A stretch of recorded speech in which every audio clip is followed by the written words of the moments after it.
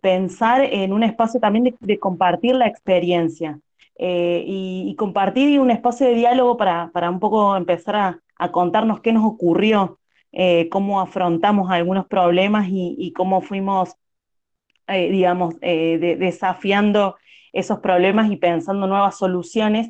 Y la idea de hoy un poco es, en este primer encuentro, que está centrado más sobre la actividad teórica, y la semana que viene tenemos un segundo encuentro, un segundo taller, a las 5 de la tarde, con este mismo link, para, digamos, trabajar efectivamente más la cuestión de las actividades prácticas y experimentales.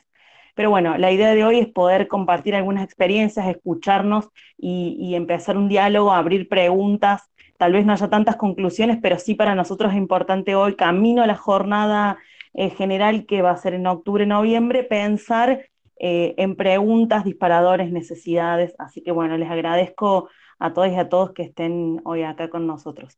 Les cedo el espacio a Marcelo para que nos pueda dar la bienvenida y contarnos un poquito más sobre la jornada que ha estado acompañándonos también en la organización. Bueno, buenas tardes para todos y todas. Voy a ser muy breve porque estamos muy ansiosos de escuchar algunas cosas muy interesantes que seguramente vamos a debatir. Simplemente, bueno, dar la bienvenida a la jornada. Es una jornada institucional que comenzamos ya hace un par de años y por suerte sigue creciendo en contenido y sigue creciendo en participación. Esta actividad, que la hemos denominado Jornadas de Ingreso, Permanencia y Egreso de la FCQ, son unas jornadas que creamos allá por el año 2018. Les cuento muy brevemente la historia de esto. Básicamente, en el CUSEN, que es el Consejo de Ciencias Exactas, donde se reúnen un número importante de facultades de todo el país, dentro de ese foro, de ese consejo, funciona una red que se llama Red IPCIT. Esta red IPCIT es una red de ingreso permanencia en carreras de ciencia y tecnología y venían desarrollando una serie de actividades y tareas muy interesantes. Bueno, a raíz de participación que tuvimos como facultad en este consejo y que posteriormente nos incorporamos a la red IPCIT, a formar parte de esta red, en el cual tuvimos la visita de la presidenta de la red, Cristina Weissmayer, de la Universidad de Quilmes. En una de las oportunidades de la jornada, fue que emprendimos este desafío de organizar periódicamente, anualmente, estas jornadas donde la idea fundamental de estas jornadas siempre es la reflexión, es la de compartir experiencias para atacar o problematizar sobre dos asuntos muy importantes que tenemos como institución educativa, que es, por un lado, el ingreso a la universidad. Es todo un tema de investigación, inclusive en los ámbitos, digamos, de investigación de educación. El tema de la permanencia en la universidad, porque un problema grande es el ingreso, el salto que se produce en el ingreso, pero un problema no menor y aún bastante más complicado y que se han desarrollado mucho menos herramientas es el sostener a nuestros estudiantes dentro de la universidad, ya que para el ingreso se han desarrollado muchas herramientas, como fueron históricamente programas de tutoría, programas de acompañamiento. Bueno, hay una serie de herramientas, como también fueron los ciclos de nivelación, etc. La permanencia es algo que no se ha atacado profundamente, digamos, cómo hacer para que nuestros estudiantes continúen en un tiempo, digamos, razonable, cómo generamos herramientas para ello. Y otro de los aspectos también que son muy relevantes y que en los últimos años los hemos empezado a tratar es la problemática del egreso y del salto a ese abismo que se produce en el momento del egreso, sobre todo para las carreras profesionales, ¿no?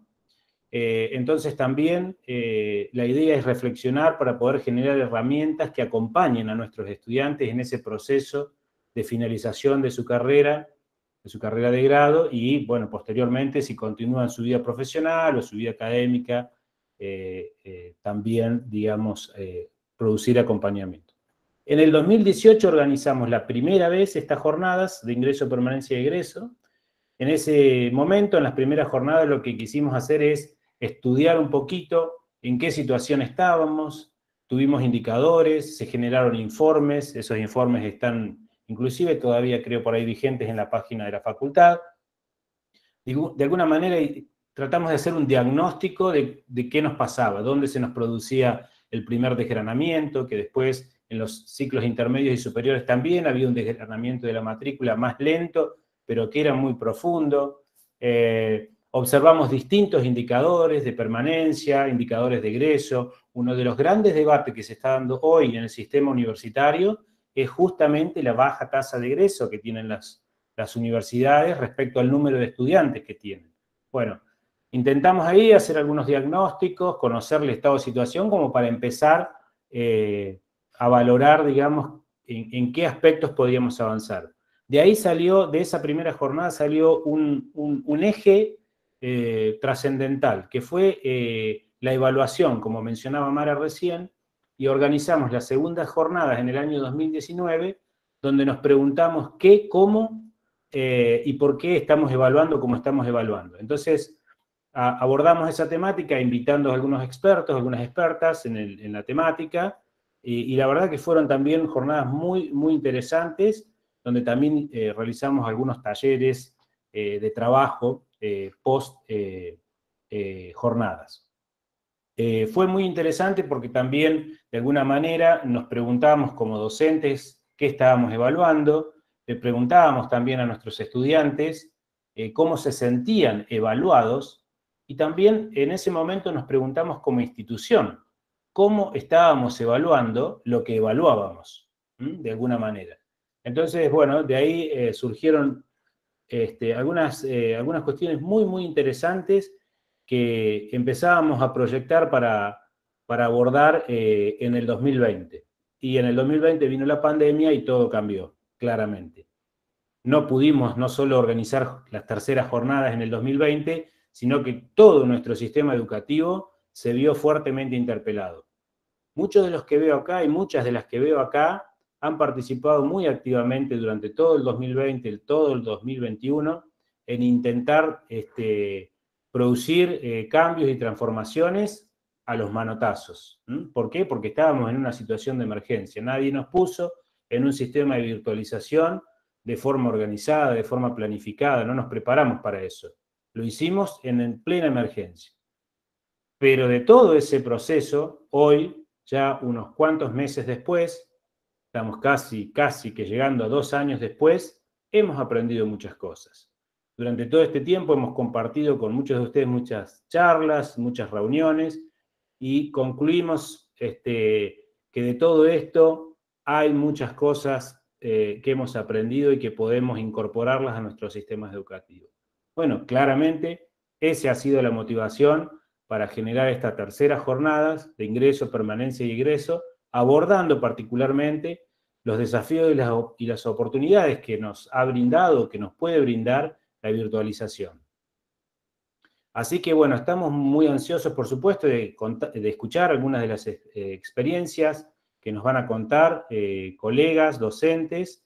Yo simplemente quiero agradecer, bueno, a todos los participantes, digamos, de la organización de estas jornadas. Siempre invitamos, desde la primera jornada hemos invitado a participar, a sumarse a la organización, porque de ahí eso es una tormenta de ideas que siempre es muy bueno. Y en esta oportunidad han generado esta dinámica de realizar 2 talleres previos a las jornadas. Estas no son todavía las jornadas, sino son talleres previos, preparatorios, que es una dinámica muy interesante porque es participativa, porque se generan debates que finalmente se puedan plasmar en las terceras jornadas, ingreso, permanencia y egreso. Quiero agradecer a los que veo aquí, que sé que han participado: Alejandro Fracaroli, Sole Seleg, Manuel Pérez, que me manda siempre información que va relevando, súper interesante, y hemos compartido varias cosas, a Santiago Palma, a Germán Soldano, Luis Golchese, Alejandro, que anda por ahí también, a quién más, a Vale, a todo el equipo del área de orientación y asesoramiento educativo, a Javier, a Banje, que hacen una labor muy importante y que han participado en estas jornadas desde el minuto cero, y un agradecimiento también muy particular a Mara, que es un motor, digamos, que desde el primer día se embarcó con el tema de las jornadas y le pone realmente muchas ganas. Ella ahora está haciendo su doctorado en educación en ciencias básicas y está muy también fuertemente motivada con estas cuestiones, así que bueno, es una suerte tenerla y que pueda motorizar este tipo de actividades. Así que bueno, sin más, dar la bienvenida a las jornadas, a los talleres preparatorios y bueno, a escuchar a nuestros invitados e invitadas que tienen mucho para compartir. Muchas gracias. Gracias, Marce. Bueno, y muchas gracias también eso, a todos los docentes y las docentes y al área de orientación educativa que hemos estado preparando las jornadas, que las primeras reuniones las empezamos a tener creo que a finales de abril, pensando en cómo lo podíamos encarar y nos pareció totalmente necesario, como decía al principio, antes que invitar a alguien y tener una plenaria más bien una disertación, pensar en un espacio de diálogo, por eso pensamos este taller.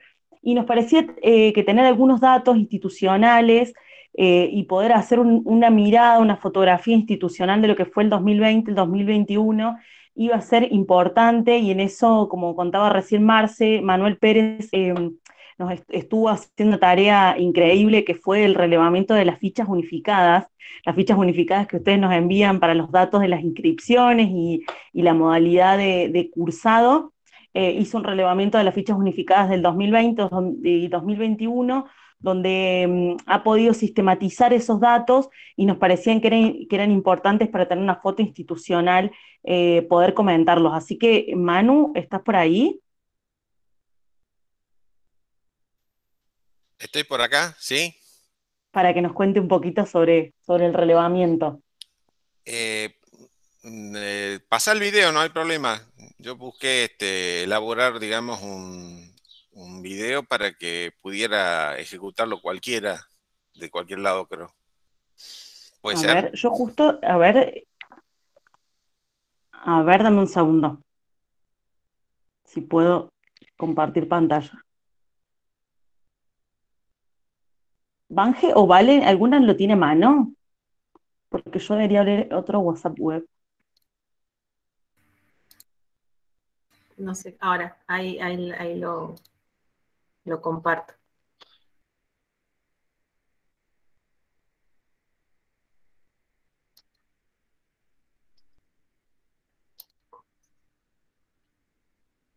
Presentamos los datos sobre las actividades académicas desarrolladas durante los ciclos lectivos 2020-2021. Denme un segundo que... Aquí los tengo, ¿se ve? Sí, sí, ahí está. No sé dónde lo escucho. Sí, Perfecto, ahí pongo play. Poné full screen, pantalla completa ahí. Bueno. 2021, que se colectaron de los planes de actividades propuestos en las fichas unificadas de las asignaturas de cuatrimestres impar y par. Apaguen los micrófonos. La información quiero que apaguen los micrófonos para que se sistematizó considerando su carácter obligatorio. Vale, el tuyo no, el que está reproduciendo no apague el micrófono. Exacto, apagué el resto de los micrófonos, yo voy a dejar el mío prendido. Igualmente el audio va de la presentación directamente, ¿sí? Ahí lo vuelvo a poner.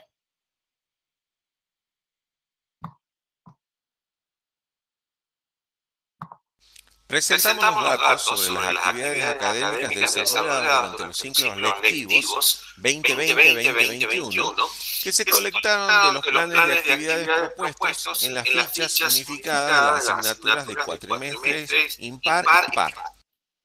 La información sobre las actividades didácticas se sistematizó considerando su carácter obligatorio o no obligatorio, que está asociado con las condicionalidades para la regularidad, y sincrónico o asincrónico, que supedita o no la coincidencia temporal entre docentes y estudiantes para desarrollar la actividad.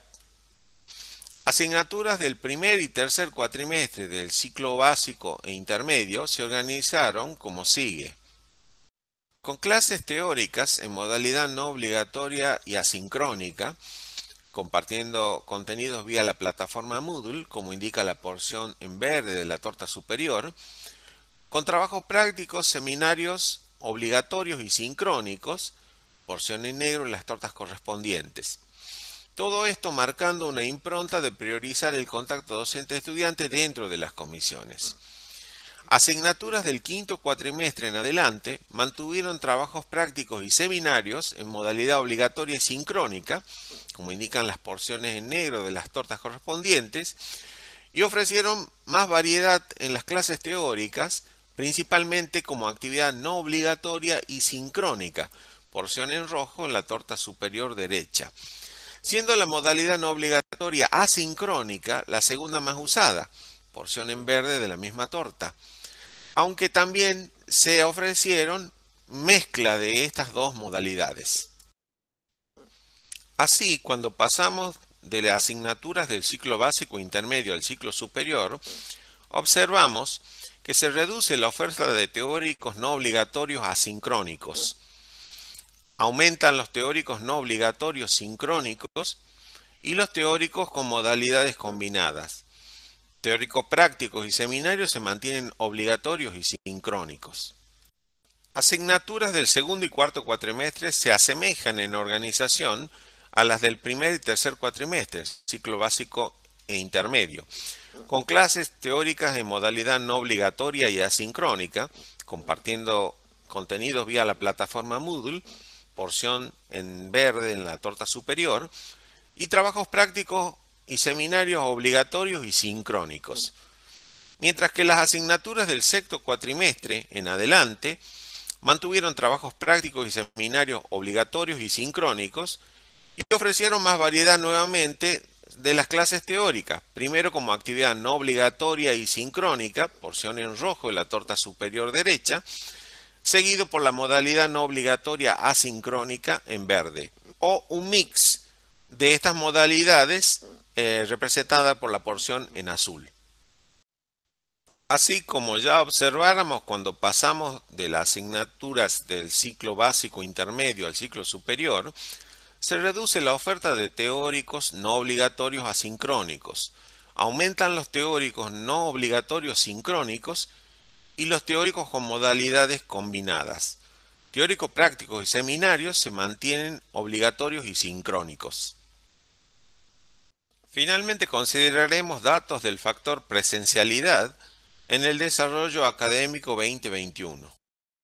Mostramos la distribución de la matrícula de los estudiantes en asignaturas de los cuatrimestres impares durante 2021, que se destacan en segmentos coloreados y en blanco, y marcamos las asignaturas que desarrollaron las actividades presenciales durante 2021. Solo dos asignaturas de 50, Laboratorio 1 y Laboratorio 3. Aún así, esto representó un esfuerzo logístico sustancial, pues la implementación demandó el control sanitario, la replanificación de las actividades didácticas para cumplir con los protocolos de distanciamiento, etc., para lograr la circulación segura de 1.700 estudiantes durante 2 semanas. En la misma escala mostramos ahora las actividades presenciales solicitadas por asignaturas de cuatrimestres pares para 2021, que deberán implementarse en función de la coyuntura sanitaria que tenga lugar en este periodo.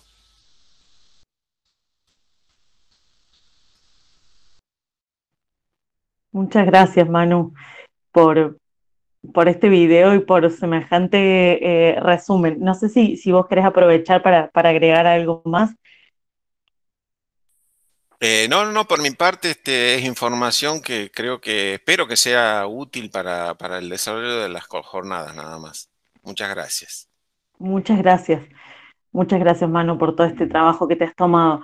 La idea es poder ir tomando nota y partir ahora hacia algunas experiencias. Hoy, como les decía al principio, la idea era poder hablar un poco en términos generales de las asignaturas y las experiencias en las actividades teóricas y la semana que viene en algunas actividades prácticas. Hoy nos van a acompañar en experiencias que le hemos denominado experiencia en 3 minutos, como la tesis en 3 minutos, pero ahora son experiencias, para que después podamos socializar y empezar a discutir. La idea es poder dividirnos en algunos grupos. Nos acompaña Sole Selec, que va a estar compartiendo su experiencia por biofísica, Verónica Brunetti por elementos de estadística, Germán Soldano, matemática 1, Lorena Guasconi por parasitología y Nati Wilke por química bioinorgánica. Así que si les parece, podemos empezar a compartir las experiencias. Lo que le pedimos a las personas que van a compartirnos las experiencias es respetar los 3 minutos, así luego podemos juntarnos a debatir. Sole, ¿estás por ahí? Sí, acá estoy, acá estoy. ¿Qué tal? Buenas tardes a todos y todas, ya comparto.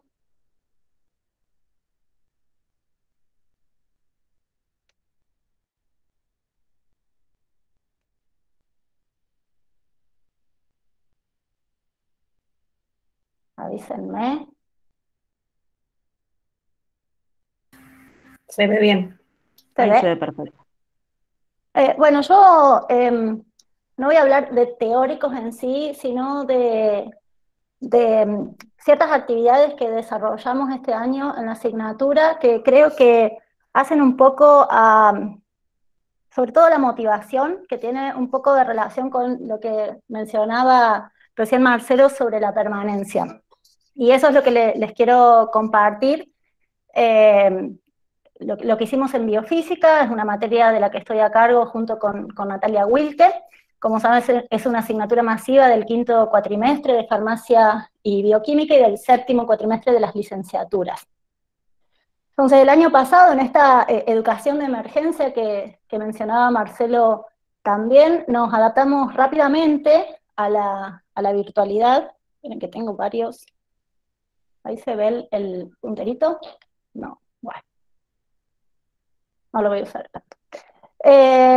Nos decidimos entonces por una modalidad 100% asincrónica a través de Moodle, porque entendimos que era la propuesta más inclusiva, ¿sí? Entonces las clases se grabaron, están todas disponibles en video y están complementadas con los PDFs, y creo que muchos estamos de acuerdo de que esa modalidad llegó para quedarse en lugar de las clásicas clases magistrales, ¿sí? Los prácticos los adaptamos también para ser trabajados en forma virtual, ¿sí? Donde priorizamos la discusión de los fundamentos y el tratamiento y la interpretación de datos, ¿sí? Con datos que fueron provistos, obviamente. O sea que lo único que les faltó a los chicos, obviamente, es el pipeteo, que eso los desmotivaba bastante. Y el intercambio con los estudiantes fue a través de foros de consulta, y algo que notamos, una gran resistencia, ¿sí? A participar en los foros, muy poca participación. Entonces, al final del cuatrimestre encontramos 2 deficiencias principales.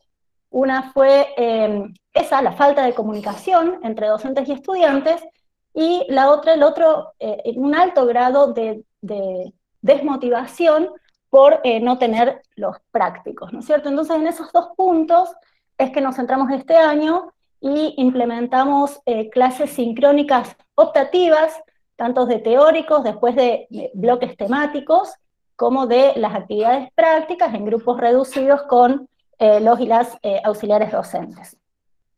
Y para intentar una participación más activa de los y las estudiantes, implementamos en 2 de las 6 actividades prácticas de la materia una actividad que llamamos biofísica en casa, que obviamente eran actividades que tenían relación con las actividades prácticas que estábamos trabajando, y que consistían en experimentos sencillos para hacer en la cocina de cada uno, en la casa de cada uno, con material fácilmente accesible, tanto en forma individual o grupal, de manera virtual, y tenían que documentar esas actividades y presentar un informe justificando los resultados con los conceptos trabajados durante la actividad.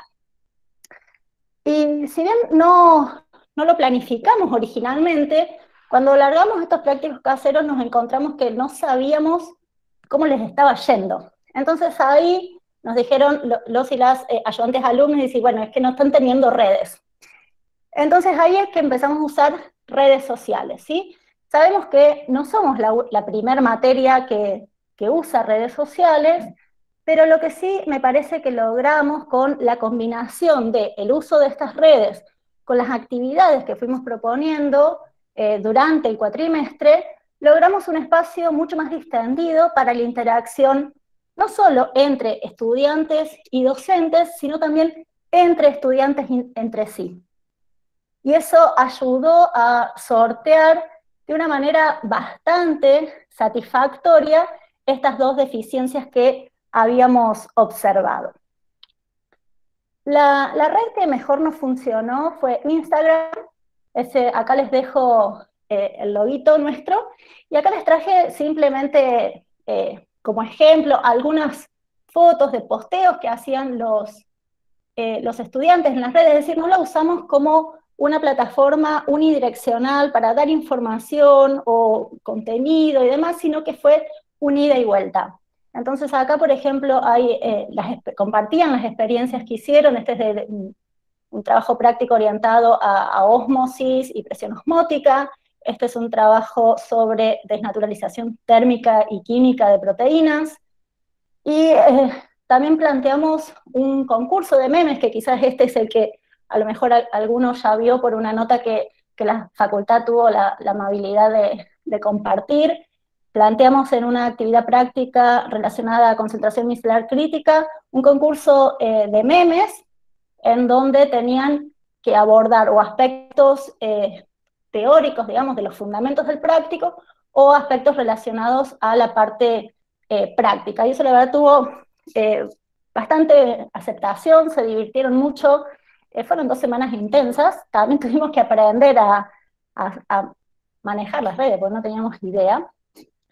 Y entonces lo que les quería compartir es algunas opiniones que recibimos. Esta es una encuesta que hicimos al final del cuatrimestre, una encuesta anónima, por supuesto, y en estas 3 opiniones de acá son sobre todo referidas a las actividades prácticas, donde de estos prácticos caseros que implementamos, donde rescatan o resaltan que les ayudó a mantener el interés, ¿sí?, a sacarlos de las pantallas, a que encontraron que era una forma más activa y distinta a la que estamos acostumbrados a darle, ¿sí?, la clase, el PDF, el video, etcétera,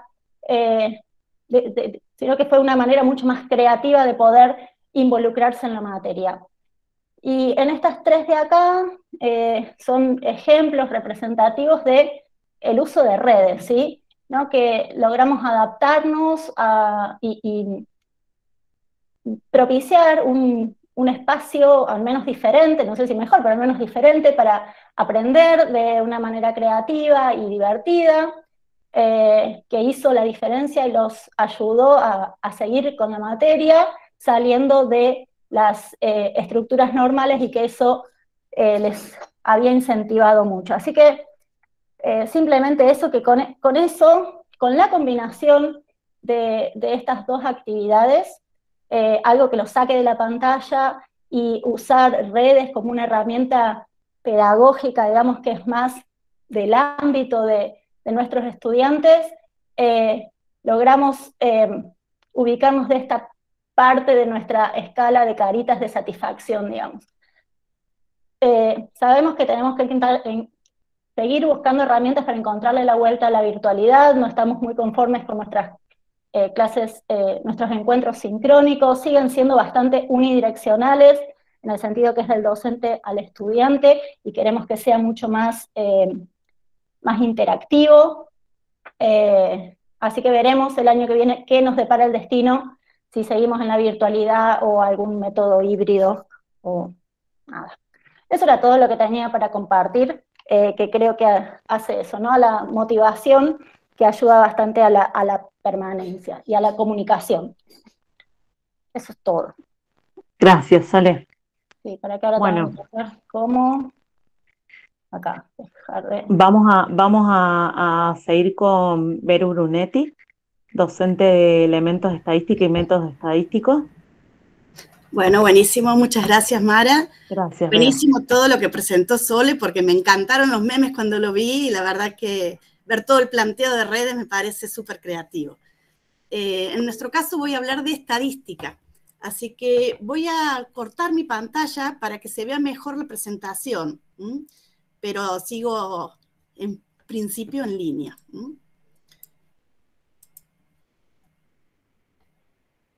Esperen un minutito que comparto la pantalla.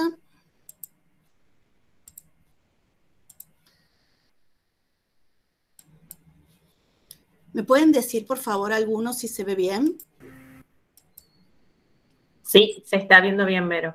Perfecto. Bueno, muchas gracias.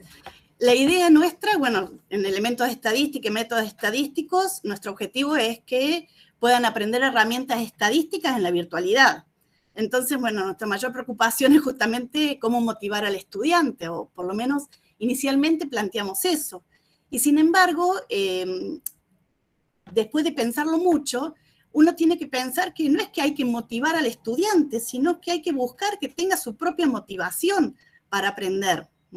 Entonces, más que nada, lo que hicimos fue buscar cómo crear condiciones aptas para que busque esa motivación el estudiante y tenga interés en aprender las herramientas estadísticas en la virtualidad, ¿sí? Y eso nos llevó al primer paso como un cambio de paradigma, a trabajar principalmente desde el concepto del aula invertida. El aula invertida lo que hace es que, a diferencia de lo que veníamos haciendo, principalmente por lo menos nosotros en nuestra materia, donde el primer acercamiento con los contenidos era en una clase teórica, era plantear que el acercamiento inicial lo tuviera el alumno a partir de información que nosotros proveíamos, pero que empezara en el alumno, ¿sí? Y luego recién se venía al aula o al trabajo en común a partir de conocimientos previos. Esa primera explicación era un espacio más individual en el que cada alumno hacía su propio camino. Eso, bueno, brinda mucho mayor protagonismo al alumno y en estos tiempos de pandemia le permitía tener independencia en la distribución de tiempo, en el uso de recursos, le da mayor autonomía y eso hace que esa motivación también pase a ser también más personal, ¿no? Un desafío personal. Para los docentes también significó un desafío porque, bueno, había que generar recursos para que se pudiera hacer ese traslado al aula invertida, generar material didáctico en distintos formatos, habilitar foros de discusión. Poníamos, por ejemplo, actividades obligatorias para marcar un poco los tiempos.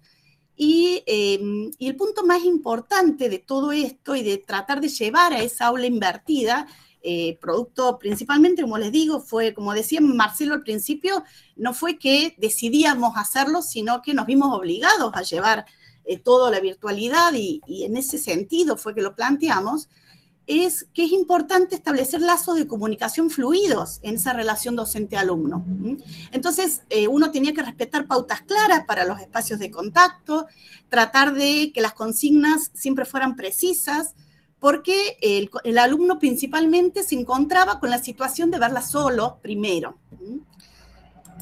Para eso, lo que hicimos fue armar como una hoja de ruta, un plan de trabajo, para que cada estudiante pudiera hacer su propio recorrido en este aula virtual. Y para eso hicimos principalmente uso de los recursos del Moodle. Todo el material del trabajo en esta asignatura se mantuvo en la plataforma del Moodle, que ya la teníamos habilitada, pero bueno, fue mejorándose y ayornándose a esta iniciativa del aula invertida. ¿Sí?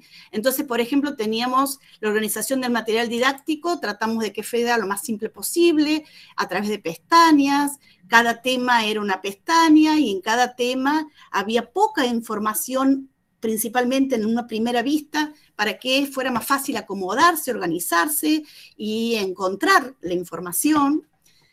Manejábamos lo que se le llama un libro, después poníamos foros de consulta, cuestionario de autoevaluación y en algunos casos un taller. Ya les voy a contar un poquito en más detalle qué es cada uno de esos recursos. El recurso libro es un recurso que nos resultó sumamente útil para organizar toda la información que les queríamos dar a los alumnos. Los videos de las clases, tanto de clases teóricas como de ejercicios resueltos, videos también que encontrábamos en internet que eran interesantes para los alumnos en ese contexto, las guías de problemas, el material de apoyo solía ser los ejercicios resueltos o información de cómo acceder al software, y todo eso organizado a través de este formato de libro, de Moodle, que la verdad que resultó ser bastante bueno para la organización, aunque llevó un entrenamiento al comienzo para que los chicos lo usaran, ¿no? Que encontraran las cosas. Después, como les decía, planteamos muchos cuestionarios de evaluación y de autoevaluación, y también la materia fue tomada totalmente en el formato virtual. Los cuestionarios también nos permitieron inclusive para hacer la muestra de exámenes, para después explicarle a cada alumno en qué se fue equivocando. No solamente es una materia masiva, teníamos 545 inscriptos, pero cursaron realmente la materia 300, 350, 400 empezaron. Entonces, bueno, esos cuestionarios también les permitían a ellos ver cómo iban avanzando y a nosotros ver cómo iban siguiendo la materia, ¿no? Otra actividad que la pusimos como prueba piloto este año fue un taller de evaluación de pares. Ese taller lo que pretendía era generar ese espacio de coevaluación, porque muchas veces se aprende más de los errores que de cuando uno lee algo, ¿no? Entonces la idea fue plantear un ejercicio de desarrollo en dos temas en particular, que son los temas que más dificultades les traen a los alumnos, y en ese caso decirle, bueno, resuelvan un ejercicio a desarrollo, lo suben a la plataforma, y en este mismo taller ese problema lo va a evaluar otro compañero.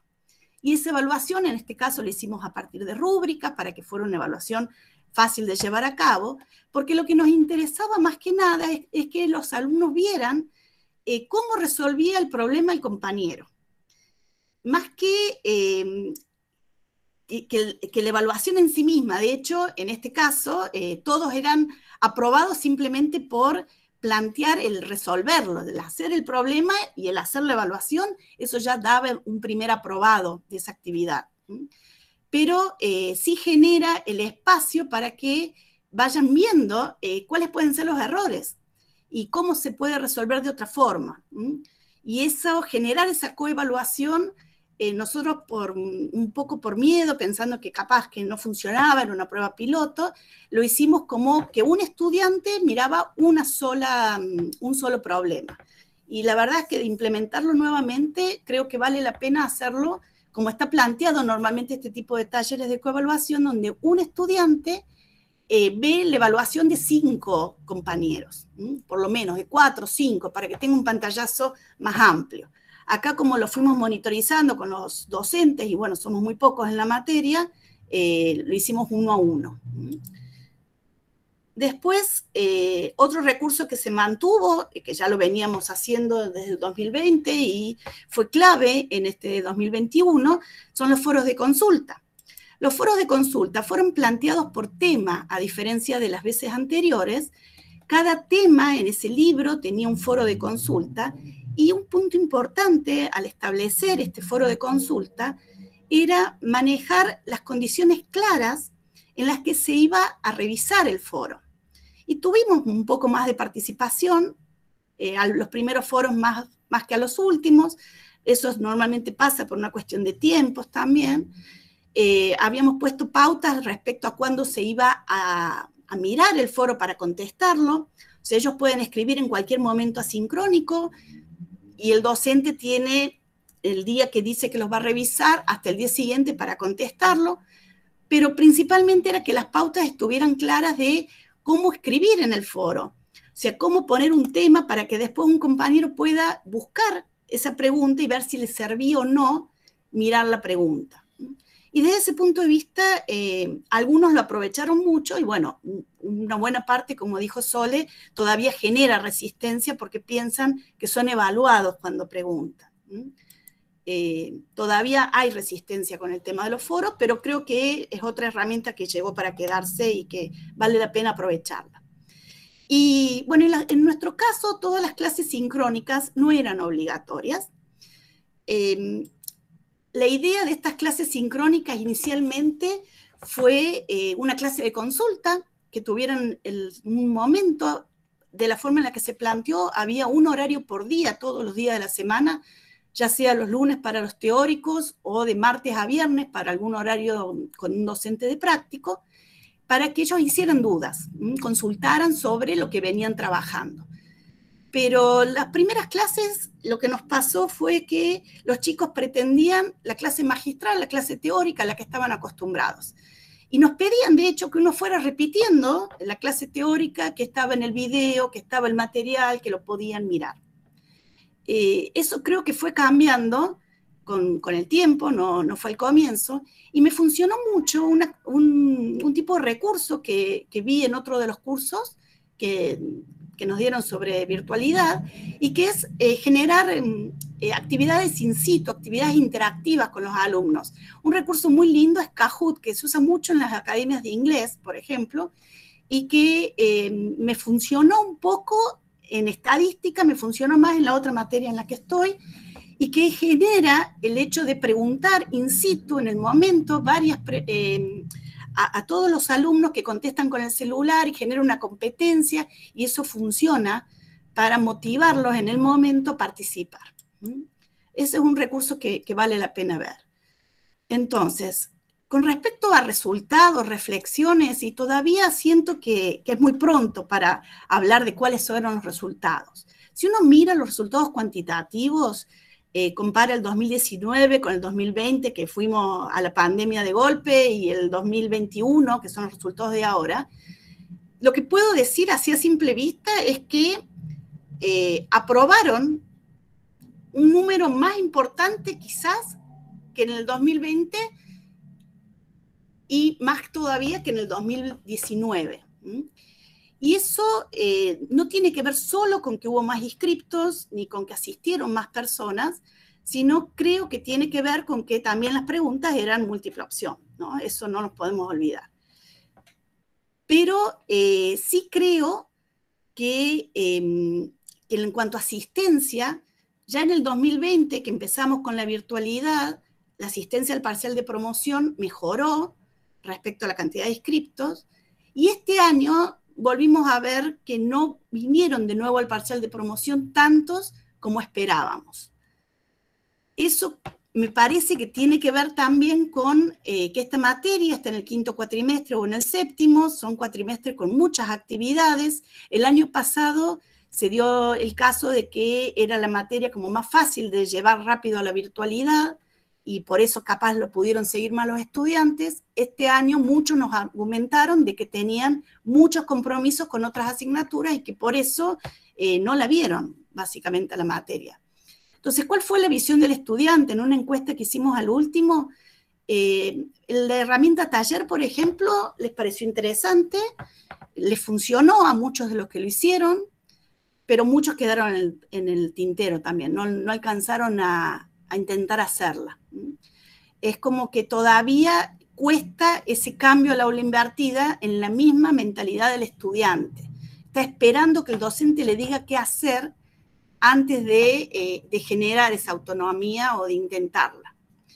Pero bueno, en el balance personal, creo que los recursos de Moodle, los juegos, principalmente las actividades más interactivas, este mismo recurso del Genial, y donde los chicos pueden ir participando y abriendo pantallas y abriendo cosas, funciona muy bien y hay que aprovecharlas.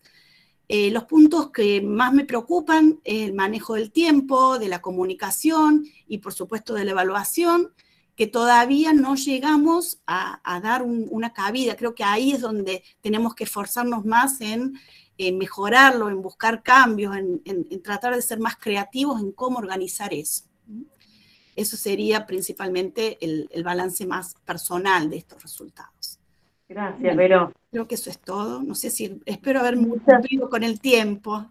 No. No hiciste bien la tarea, pero dijiste cosas muy interesantes, así que la verdad que hay mucho material a partir de la experiencia, así que, bueno, también eso es importante. Me iba a decir una cosita, Mara, discúlpame. Ese sí. Genial, o sea, el archivo que presenté, tiene después recursos de los mismos que fuimos usando, si alguno quiere ahondar, para que después lo pongas disponible también. Sí, pensamos compartir junto con los docentes y las docentes que estábamos organizando el área de orientación, compartir las presentaciones de hoy y de la semana que viene para que queden como recursos. Así que vamos a estar compartiendo la información, porque nos parece que podría ser interesante. Bueno, vamos a tener que ir ajustándonos un poquito más con el tiempo, así que les pedimos a las experiencias que siguen que ajustemos, así llegamos a discutir algo. No queremos pasarnos mucho el tiempo. Germán Soldano, docente de la asignatura Matemática 1. Buenas, ¿qué tal? Buenas tardes. Buenas, sí se escucha. ¿Se escucha? Bueno, gracias. Y se ve ahora. Sí, se ve, muy bien. Bueno, voy a compartir la experiencia de la cátedra de Matemáticas 1. En esa cátedra estamos 3 profesores, Esther Galina, que es de FAMAF, y de Ciencias Químicas, Belén Oviedo, y quienes habla, Germán Soldano. Ahora voy a hablar básicamente de la experiencia que tuvimos con los teóricos. El problema obvio era, este problema es obviamente persistente en la presencialidad, ¿no? Que es la falta de atención / retención durante los teóricos, la gente que está sentada al último, las aulas repletas de gente. He visto gente con 2 grados tomando la clase desde la ventana tomando mate, escribir algo en el pizarrón y tenés una horda de gente tosiendo ahí abajo. En primer año, bueno, y más ahora, si volviéramos a la presencialidad, habría cerca de 1.200 inscriptos. Así que sería realmente problemático tener clases teóricas presenciales. Y el otro problema muy común en los teóricos, que creo que es la deserción, y creo que es una deserción mayor, con mayor problemática que la deserción de la materia, porque por lo general tienden a no ir a partir de la mitad, después del primer parcial, y no se ve ese detrimento de estudiantes en la cátedra después al finalizar la materia. O sea que falta más gente en los teóricos de lo que después deja la materia. La solución propuesta, que tampoco había tantas alternativas, era teóricos asincrónicos mediante la plataforma YouTube, y lo clave que nos planteamos con los docentes fue segmentar por temas los videos, hacerlo lo más breves posibles, ese que están viendo ahí es justo el más largo, pero además el desafío más grande fue hacerlo con introducción y lo más didácticos posibles. Y cuando decimos didácticos, ya se están imaginando la gente joven que estamos hablando de memes. Les voy a mostrar un resultado interesante que permite esta plataforma YouTube, que es comparar el desempeño, si se quiere, del video a través de las visualizaciones en el tiempo. En el gráfico de arriba, a ver si... No. En el gráfico de arriba estamos viendo, este es el video con menor cantidad de visualizaciones, 905, y el de abajo, el de mayor cantidad de visualizaciones, que son 5.000. Y como se puede apreciar, la gráfica, la línea celeste indica cuántas personas visualizaron durante los días este video, y la área naranja muestra el promedio de los últimos 10 videos que podremos considerar el promedio general de visualizaciones del canal. Y como ven, el video de arriba está por debajo de ese promedio, y el video de abajo está bastante por encima del promedio. Y ya pueden adivinar cuál es la diferencia entre el video de arriba y el video de abajo. Los dos temas son igualmente importantes en la materia. La mayor diferencia fue que el de arriba no tenía memes, y el de abajo sí. El de arriba no tenía una introducción que más o menos didácticamente contara por qué se va a ver un tema, por qué es relevante, para qué va a servir. Esas introducciones llevaban tiempo, pero como después pudimos apreciar, tenían sus frutos.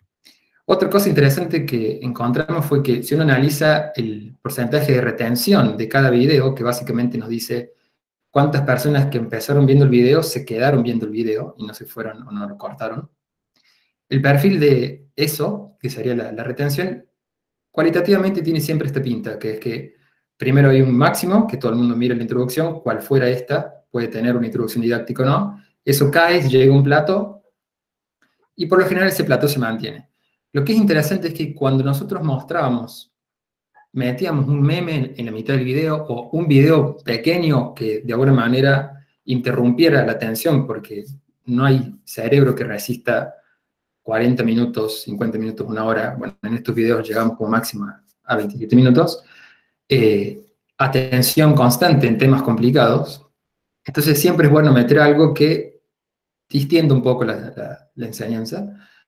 Y lo interesante es que cuando hacemos eso, ocurría esto. Ocurre un pico de retención, o sea, más gente se queda viendo el video, y luego, y esto es lo más interesante, el plató que sigue está por encima del plató anterior.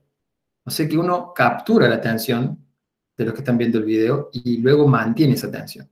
Eso es muy interesante, lo hemos visto en la mayoría de los videos que hemos subido, algún material didáctico interrumpiendo, si se quiere, la temática.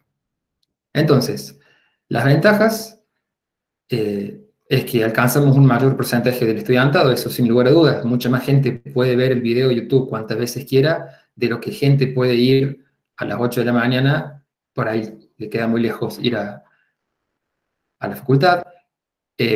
Permite revisar todos los temas cuantas veces haga falta, a la velocidad que haga falta. No sé si les ha llegado el rumor, pero muchas veces los estudiantes miran los videos de YouTube a una velocidad de 1,5, o cuando es un tema importante lo bajan y lo ven más despacio, hacen pausa. Desde el punto de vista de la persona que prepara el video, lo hace una sola vez, y esto es clave. No sé si les pasa que cuando tienen que preparar una clase todos los años, uno tiene que repasar, y por ahí se olvida de algo que hizo muy bien la versión anterior, el año anterior, y esta vez no tanto, pero sí mejoró otra. Acá la mejora puede ser constante, porque todo el tiempo uno puede mejorar el video que ya existe. Bien. Obviamente que se dispone de muchas más herramientas más didácticas que un pizarrón y una tiza, y además está esto de tenemos una herramienta sistemática para evaluar el desempeño de una clase, que es la estadística de YouTube. Eso no lo tenemos en la presencialidad, y una vez que uno tiene una variable, puede maximizar otra variable, como por ejemplo la atención. Entonces uno puede ir cambiando cosas, metiendo memes, sacando memes, haciendo preguntas, qué sé yo, y mejorar así la clase. Por supuesto, el corazón de la clase, uno siempre intenta hacerlo lo mejor posible, los temas que estén bien dados, que haya preguntas, que se entiendan. Eso, mal que mal, todo el mundo lo hace, pero el desafío más grande es capturar la atención de los estudiantes. ¿Bien? Bueno, quedan desafíos pendientes, por supuesto. Uno de ellos es aumentar la participación. La asincronicidad tiene este problema de que uno siempre está hablando con un muro, pero he visto varios videos y un recurso muy común es motivar a dejar comentarios o preguntas. O sea, no hace falta decir, ¿usted cree que la derivada es útil? Sino, ¿para qué crees que podrías usar esto? ¿O se entendió este tema? ¿O qué parte del video te gustaría que reforcemos? En el mismo video decirlo, y que los comentarios después uno puede revisar y decir, acá tenemos que mejorar. Bueno, esto lo voy a dejar para la semana que viene. Y lo último que quería contar es que, como le habrá pasado a todos, teníamos poco tiempo para dar la materia. Cuando vimos este año la Matemáticas 1, entonces tuvimos que establecer prioridades de cuáles son los temas más importantes que deberíamos reforzar. Y siempre hemos tenido una visión bastante endogámica de qué es lo importante en cada materia. Entonces, no solo a gente del departamento de matemáticas, sino de química teórica y computacional, sino a todos los departamentos, inclusive también egresados y a profesionales egresados del FCQ, a ver qué opinión tenían al respecto de qué temas de matemática 1 y 2 les parece relevante para la vida cotidiana de un profesional, y también para materias subsiguientes a las del primer cuatrimestre. Y bueno, voy a ser muy breve en esto. La idea era justamente preguntar respecto a eso, y tuvimos muy buenas respuestas. Llegamos a tener 23 docentes que, si alguno de ustedes está aquí en la sala, les agradecemos por tomarse el tiempo de contarnos qué les parece que es importante. Fue muy útil eso, no me voy a explayar, pero por darles un solo ejemplo, encontramos que la gran mayoría pedía reforzar el concepto de las gráficas, interpretación de gráficos, realización de gráficas, y eso era algo que faltaba mucho en Mate 1, y entonces fue un objetivo fundamental en este cuatrimestre, familiarizar más al estudiantado con el uso e interpretación y diseño de gráficas. Bueno, eso es todo por ahora. Si tuviera que resumir la situación pandémica desde el punto de vista de la enseñanza virtual, creo que podremos resumirlo con justamente un meme, que es ese. Y Gracias, Germán. eso sería todo. Eso ha sido la cara del 2020. Bueno, seguimos con Lorena Guasconi de la asignatura Parasitología del Departamento de Bioquímica Clínica. Seguimos insistiendo en el ajuste de tiempos, a ver si llegamos a un ratito de debate. Queremos por lo menos tener 15, 20 minutos de debate y de dividirnos para dialogar. La semana que viene vamos a seguir, pero por lo menos de las cosas que están saliendo, que son muchas, tener un pequeño espacio. Lore, ¿estás por ahí? Sí, estoy por acá, voy a tratar de ser lo más breve posible. Gracias. Ahí voy a compartir la pantalla.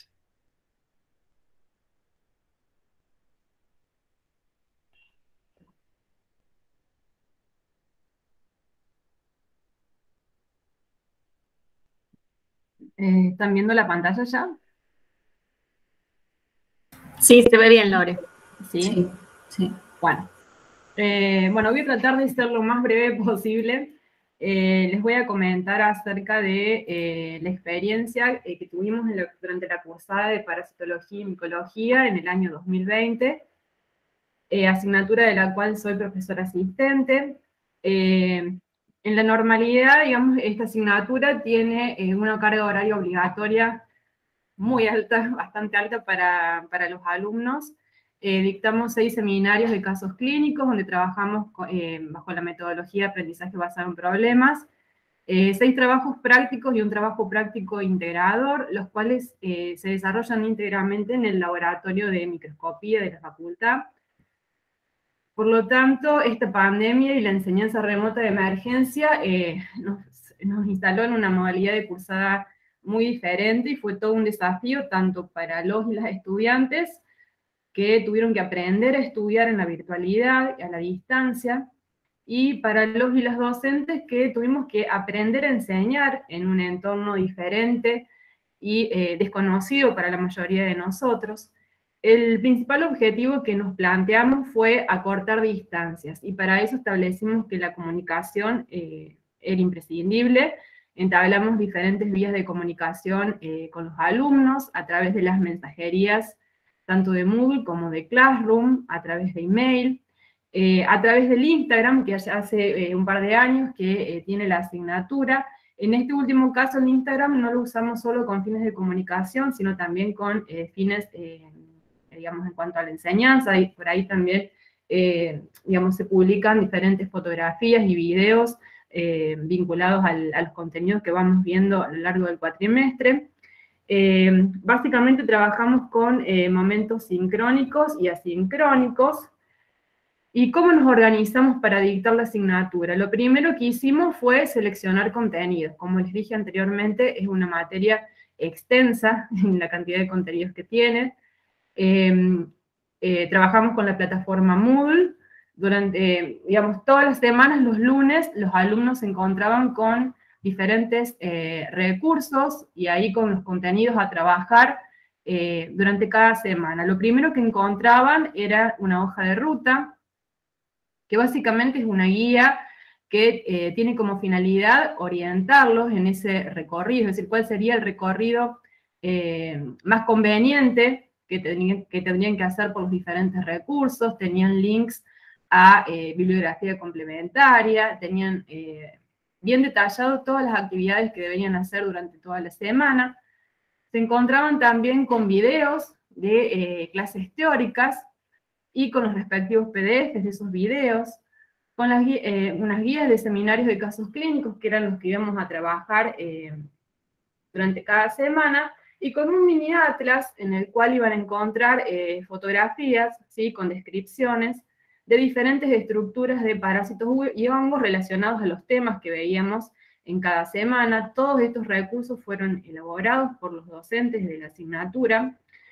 Esto en cuanto a los momentos asincrónicos. Y los días jueves y viernes nos encontrábamos de manera sincrónica para llevar a cabo nuestros seminarios de discusión de casos clínicos. lo hacíamos en comisiones con un número reducido de alumnos, como para tratar de hacer una interacción, digamos, más personalizada. Aparte de discutir los casos clínicos, en esos encuentros también compartíamos videos, por ejemplo, de diferentes métodos diagnósticos o de exámenes microscópicos, compartíamos fotos y siempre tratábamos de incentivar la discusión, ¿sí?, de todos los contenidos abordados en la semana, de que ellos mismos fueran elaborando conclusiones e ir integrando. Ven que se me trabó la compu. No me permite, bueno, ahí está. Pero bueno, sabemos que la microscopía es fundamental para el diagnóstico de la parasitosis y la micosis, y que las actividades experimentales son oportunidades únicas y exclusivas que tienen los estudiantes para aprender a reconocer diferentes estructuras de parásitos y hongos. Entonces, comenzamos a pensar en cómo podríamos compensar, aunque sea un poquito, esa falta de experiencia en el laboratorio de microscopía. Bueno, y el año pasado pusimos a disposición, también en el Moodle, diferentes videos con diferentes métodos para el diagnóstico de parásitos y de hongos, videos que fuimos encontrando en internet, básicamente, y algunos elaborados por los docentes, fotos. Pero también sabemos que la experiencia presencial es algo pendiente, y ojalá podamos en un futuro poder brindarles a estos estudiantes que han cursado de esta manera particular talleres de microscopía. Se me volvió a trabar la compu. Y bueno, y seguimos pensando en cómo poder compensar un poquito esa falta de experiencia en el laboratorio de microscopía. Por lo tanto, para la próxima cursada, que comenzamos ahora el 30 de agosto, dentro de los cambios que planteamos en cómo dictar las clases, hemos creado un canal de YouTube de la asignatura, en el cual los alumnos van a encontrar diferentes videos, todos elaborados por los docentes de la asignatura, videos donde van a encontrar desde diferentes métodos para el diagnóstico de parásitos y de hongos, y videos donde van a encontrar también exámenes microscópicos de diversas muestras clínicas, ya sea con, digamos, diferentes estructuras de hongos y parásitos, como para tratar de acercarnos un poquito más a lo que sería la microscopía. Desafortunadamente no pudimos tener acceso a un microscopio virtual que pueda suplantar o que nos pueda ayudar un poquito. Hay algunos disponibles, pero no específicamente de parasitología y micología, así que este fue uno de los grandes desafíos, cómo tratar de compensar esta falta de experiencia al microscopio. Y simplemente para terminar, algo que seguramente ya han escuchado muchas veces, considero personalmente que durante todo este proceso es fundamental la formación, que nos formemos como docentes.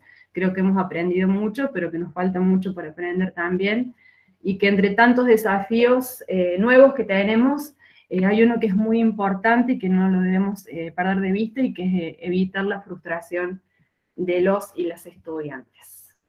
Bueno, eso sería todo. Y las propias también. También. Gracias, Lore. Bueno, nos queda la última presentación entonces, que está Nati Wilke, Sí. por la asignatura Bioinorgánica. Yo pensé que iba a decir la frustración de nuestra, la verdad. Esto también. Por momentos lo era agregué. frustrante. Bueno, ahí comparto. Lo mío va a ser cortito, así que así tenemos tiempo para seguir discutiendo. Y a diferencia de las materias que vienen hablando hasta ahora, la materia de la que voy a hablar yo es química bioinorgánica, que no es una materia masiva, es una materia de pocos estudiantes, porque es obligatoria solamente para 2 orientaciones de la licenciatura en química y es optativa para el resto de las carreras. Es del 5º cuatrimestre, y en general tenemos estudiantes de 4º y de 5º año, y algunos estudiantes optativos. Entonces por lo general tenemos un grupo muy diverso de estudiantes, que además, como son pocos, se da mucho el aprendizaje entre pares. Las clases teóricas no son clases magistrales, sino son clases en donde el docente y la docente estamos ahí como guiando a la discusión, ¿no? Y se da mucho que empiecen a preguntar y a responderse entre ellos, y es algo súper enriquecedor que puede darse justamente por esos dos motivos, porque es un público diverso y porque son pocos. Bueno, en 2020 tuvimos los mismos desafíos que todos tuvieron, así que no voy a repetir. Las clases teóricas pasaron a ser asincrónicas, con lo cual todo esto que les acabo de comentar sobre la interacción entre pares, así como la interacción estudiante-docente, no existió. Tratamos de que las actividades, los trabajos prácticos, que los teórico-prácticos y los prácticos laboratorios, que obviamente no fueron, tratamos de que se convirtieran en una situación de consulta, donde se pudiera dar la discusión. A veces funcionó, a veces no tanto. No es la misma participación lo que uno encuentra de esta forma en clases virtuales. Y otra dificultad que tuvieron todos también, es que el cuatrimestre fue tan corto, y la falta del primer parcial, que es un momento donde uno puede parar, tomar un respiro, medir cómo andan, ellos también se automiden, siempre bajamos el ritmo, después reiniciamos, y eso la verdad que cambió mucho, y llegaron súper cansados al final de cuatrimestre. Pero bueno, yo me quiero enfocar en una actividad que me pareció muy positiva y que estuvo buena, mejor que en virtualidad, mejor que en presencialidad. Por eso me parece que vale la pena comentarla. Que fue lo que normalmente es el teórico práctico 3, que es el segundo tema, que si bien es el 3, ya los instructivos se dan en la segunda semana de cursado, bastante al principio. Se trata de una actividad tutoriada, grupal, donde se les da un tema a cada grupo, y ellos, cada grupo hace búsqueda y curado de información, y hace una presentación corta, y luego se da el debate en clase, donde, bueno, tratamos de incentivar que ellos, los mismos estudiantes, pregunten a los que están presentando. Bueno, la actividad esta pasó a ser, en vez de una presentación sincrónica, pasó a hacer un video. Les pedimos que armen un video, y la discusión se dio a través de un foro, que se dejó abierto en principio 2 semanas, pero al final se alargó más porque ellos mismos pidieron que lo dejemos abierto. ¿Qué se les dio para que trabajen? Bueno, el instructivo, información sobre cómo preparar videos, ayuda de demanda, y se les armó un muro de Padlet con la idea de que todo lo que encuentren, toda la información útil que encuentren, la suban allí para poder compartirla entre todos. Mi idea era que ese muro sea usado durante todo el cursado, porque bueno, al no tener el libro, al no tener la posibilidad de ir a la biblioteca a buscar el libro, ese tema estaba bastante complicado, ¿no? Entonces, que cada uno que encontrara información la subiera en este muro durante todo el cuatrimestre.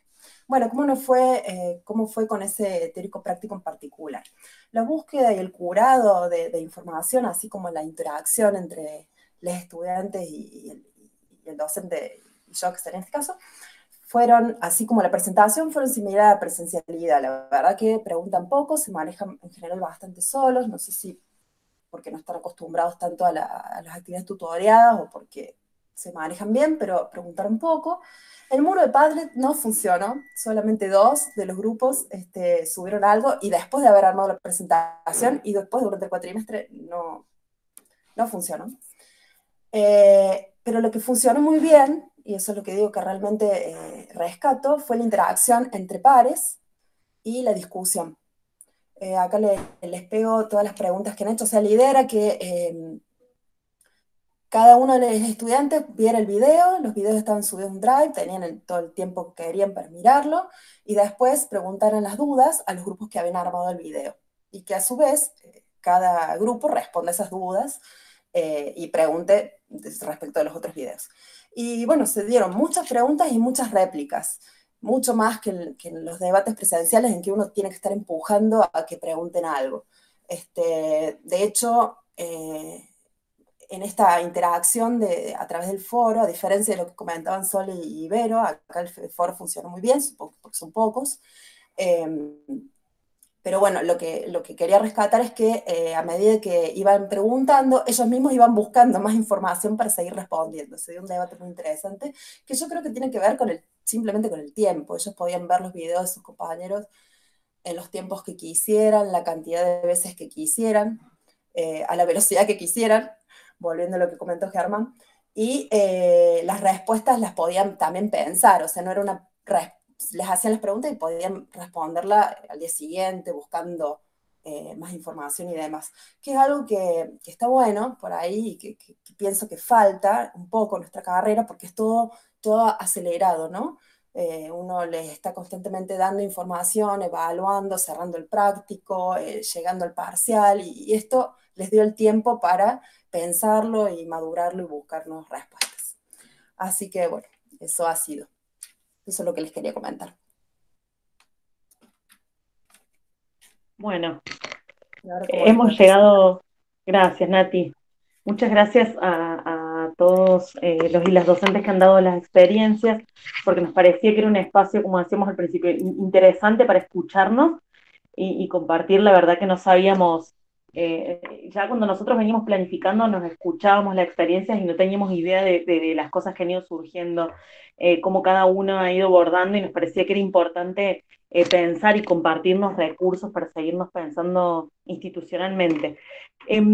Finalmente, como los tiempos se nos han extendido mucho y queremos seguir estando la mayoría presente, pensamos que nuestra idea inicial era poder dividirnos en 3 grupos, pero bueno, visto de que se nos fue un poquito el tiempo, pensamos en abrir un poco la discusión y pensar en términos generales, bueno, qué cosas han ido surgiendo a partir de estas experiencias, que han ido escuchando de las problemáticas y las cuestiones abordadas, abrir la palabra para poder compartir un poquito de manera muy breve, así podemos participar y con la idea de escucharnos, pensando que el miércoles que viene nos volvemos a encontrar también, pero sí poder retomar algunas cosas que quedaron. Vanje. Sí, pensaba ahí en qué herramientas, al resto, ¿no? Como qué herramientas de las que compartieron las docentes, los docentes, nos quedan resonando o nos sirven para continuar pensando, ¿no? En la virtualización de la enseñanza, o en los desafíos de la enseñanza que aprendimos en pandemia y un poco hacia futuro.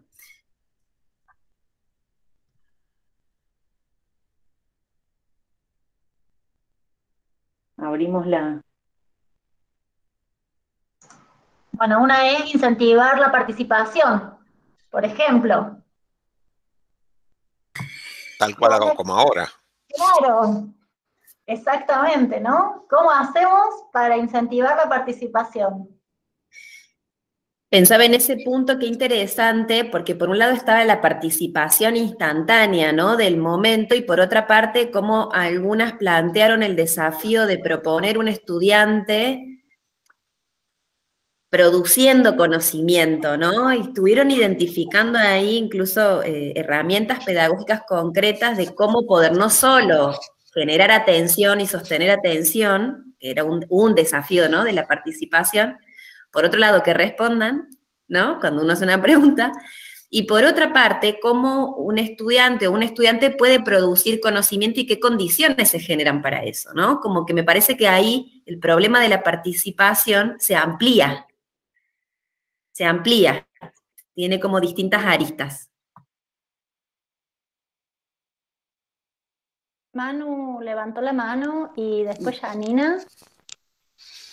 Y Dafne, me Bueno, parece una también. cosa que tiene que ver con la participación, creo que es muy importante que nosotros tengamos en cuenta que el hablar tiene que ver con el contexto que nosotros le creamos a los estudiantes para que se sientan en la confianza de hablar.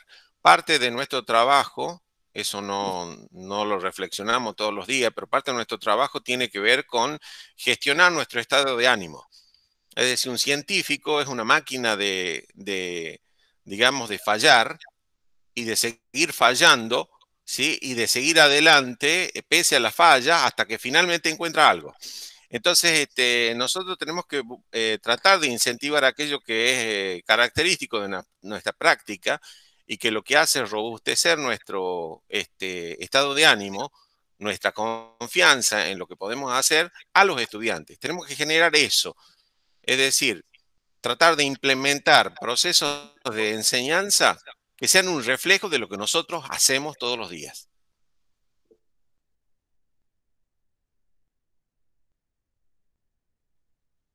Seguía, gracias Manu, eso. Sigo yo, ¿qué tal? ¿Cómo Sí, están? Janine. Muy linda la experiencia, la verdad que uno ve y le dan ganas de hacer todo a la vez. Pero al mismo tiempo a mí me deprime mucho el tema de que nosotros dedicamos muchísimo tiempo, muchísima cabeza a pensar y a tratar de mejorar todo. Y yo noté que muchas veces muchos alumnos como que se aprovechan de la virtualidad, porque evidentemente, a pesar de que nosotros nos preocupamos y vemos que no hay interacción y demás, a ellos les ha resultado fácil para aprobar. Entonces, he sentido como, he hablado con muchos alumnos así, sentido como triste de ver que, digamos, están aprovechando el bug del sistema, de poder aprobar mucho, y por ahí uno desesperado por intentar captarles la atención y demás, y ellos solo quieren sacarse 40.000 materias por cuatrimestre de encima, que es lo que hace que no tengan tiempo bien para todas las materias. Nada, esto es un comentario que me surge ahora de que más vale que uno tiene que hacer todo lo posible por tratar de atraerlos lo más posible, pero a la vez es como que me da la sensación de que a veces por intentar hacerlo lo más atractivo y lo más lindo, es como que infantilizamos cada vez más a los chicos de que, ay, hagámoselo bonito para que presten atención y están dando cada vez menos de ellos mismos, porque no se involucran y no se responsabilizan de lo que están aprendiendo. Esa es. Yo hago todo lo posible y me desespero, y después conversando en particular con muchos alumnos, como que termino sacando esa conclusión de que, no, sí, hicimos tal materia porque es re fácil, y me la saqué de encima y listo. Entonces, como, es muy triste, la verdad, y no sé qué se puede hacer, digamos, para evitarlo. Esto más vale que viene bien, pero siempre viene bien seguir sumando formas y ideas nuevas. Pero por ahí no perder de vista eso, de que los contenidos hay que llenarlos igual. Entonces, no por ahí por hacerlo más atractivo y más bonito, perderse de dar contenidos. Nada más. Gracias, Janina. ¿Cómo están, gente? Bueno, en primer lugar, aplaudir muchísimo esta instancia, me parece ultra importante, y pasando por el tiempo a lo importante. En primer lugar, me parece no menor destacar cómo en 2020 no se hicieron y en 2021 se hicieron las encuestas. Que yo lo noté, digamos, en mi práctica, que lo hicimos nosotros en los TP, y ahora voy viendo que surgieron muchas en 2021 como una especie de buscar ese feedback ultra necesario, que por ahí en un par de congresos de educación he visto que lo han hecho desde el minuto cero, como nosotros, bueno, ayornándonos a esto, empezó a surgir, digamos, innatamente, me parece súper importante, cómo nos permiten planificar. Así que, bueno, lo celebro un montón, como el hecho de la coevaluación, que vi que apareció ahora en un montón de espacios, que no sé si habrán cursado o habrán sido coevaluados en algún momento algunos de ustedes, pero es ultra importante y se aprende un montón. Me parece que las devoluciones son de otro tipo, bueno, también celebrar esa parte muy importante. Y el carácter interdisciplinario, sobre todo que por ahí surgió en la puesta, digamos, de Germán, que me pareció muy importante, como siempre están como islas aisladas todas las asignaturas o la universidad en sí respecto de lugares, digamos, posteriores o anteriores de educación. Me parece que esos puentes hay que tenerlos mucho, como mencionaron la parte de las redes, y que creo que fue surgiendo muchísimo en esto. Ahora sí tengo como un par de dudas, fundamentalmente de las tres primeras presentaciones, así que tiro las preguntas para que las vayan respondiendo, digamos, en el momento en que surja. Para la Sole, me pareció genial que vean la gran resistencia que hay respecto a contestar en foros, y lo cierto es que surgió en nuestra propia asignatura un pedido de los estudiantes de que se pase a lo sincrónico, la parte, digamos, de teórico, porque en los foros costaba mucho. Yo creo que quedan fosilizadas con nombre y apellido las dudas, las preguntas o los conceptos y todo. Me parece también que es súper expuesto al hecho de por ahí preguntar en foros, quizás surgió de ahí. ¿Sí? Si vieron que fue esa la problemática, o cómo fueron que se dieron cuenta, o si los estudiantes también le pidieron esto de lo sincrónico desde los foros. Para la Vero, ¿qué pasó con esta propuesta de aula invertida? Yo creo que por ahí ha sido lo que hemos pregonado siempre, ¿no? De vayan, lean el teórico antes de llegar al laboratorio para ya tener toda la idea y después resolverlo. ¿La virtualidad logró que la aula invertida funcione, exista, pase, o costó todavía y sigue siendo difícil? Y para Germán, si conocen el formato de H5P, de hacer, digamos, como videos de YouTube, formas de hacer con más atención y menos deserción, hay un montón de preguntas y acciones que se pueden hacer poniéndoles a los videos eso. Entonces no es un video en donde uno es pasivo y solamente escucha en 1,5K, sino que puede responder dudas, puede arrastrar formatos, objetos y tiene como pruebas interactivas ahí. Así que bueno, esas son las dudas por acá. Gracias, Daf. Hago una pequeña, que lo escribí en el chat, por ahí para que nos anotemos y cerremos la lista de oradores y oradoras, así no nos extendemos mucho, porque en las preguntas van a surgir algunas otras cosas, así que podemos ir cerrando ya. No sé quién continuaba, no sé si era Nati. No, Alejandro Fracarelli. El Ale. Bueno, ¿cómo les va? Buenas tardes. A mí, desde el inicio me pareció súper interesante la propuesta de esta jornada, porque si hay algo que me ha pasado en lo personal es que, digamos, en esta situación tan nueva para todos, digamos, la forma de aprender más rápido fue aprender colectivamente. Entonces, una cosa que yo saqué en limpio de todo esto es cómo nos ayudamos entre todos, digamos, de alguna manera o de otra, con foros, con mails, cosas que no nos andaban en el Moodle, cosas que no sabíamos. Yo la aprendí gracias a algún par que renegó antes que yo y bueno, yo pude incorporarlo, digamos, rápidamente. Así que en ese sentido, lo que yo saco en limpio de la experiencia es que para mí no existe una receta mágica para dar las clases virtuales. Yo creo que la capacidad docente y las ganas han hecho que cada experiencia docente sea diferente, cada herramienta haya sido diferente y se haya adaptado a las necesidades de la materia que nos tocó dar, que es muy distinto. Yo por ahí charlando con gente conocida y ahora con ustedes, me doy cuenta que hay una herramienta que puede andar muy bien en una materia y muy mal en otra. Entonces está buena esta puesta en común porque uno saca cosas que puede probar y bueno, algunas andarán, otras no, pero definitivamente esta es la forma de acelerar el proceso de aprendizaje. Así que les agradezco a todos, digamos, y a la invitación también a participar. Así que, y lo otro es que, bueno, yo también todavía tengo un sinsabor, así como lo planteó Janina, porque en nuestra cabeza de docente ansioso muchas cosas funcionaban muy bien y después en la cabeza del alumno que aprende, por ahí el mecanismo es muy diferente, digamos. Alguno más, con más habilidad, como Germán, por ahí captura mucho más la forma de atrapar a los chicos y generar ese ambiente que hablaba Manuel. A otros nos cuesta un poquito más, pero bueno, confío que de esta manera y conversando entre todos, seguramente nos adaptaremos a lo que viene y transformaremos lo que sigue, ¿no? Así que gracias. Bueno, cortito, lo mío en respuesta más que nada a Janina y también agarrando lo que dice Ale, no solo entre nosotros hay diversidad, sino también entre los estudiantes.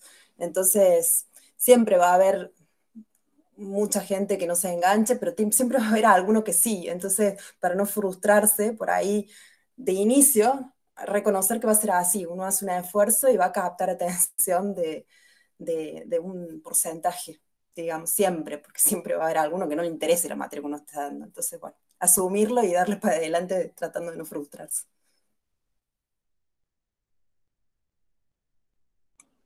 Hola, bueno, encantadora, me encantó el taller la primera vez que vengo. Yo no tengo a cargo ninguna materia, pero participo en una que no es muy masiva, de tecnología vegetal, y estoy aprendiendo mucho. Voy a, como dijo recién Alejandro, tratar de usar recursos a ver si funcionan en la materia nuestra, ¿no? Que no estamos usando.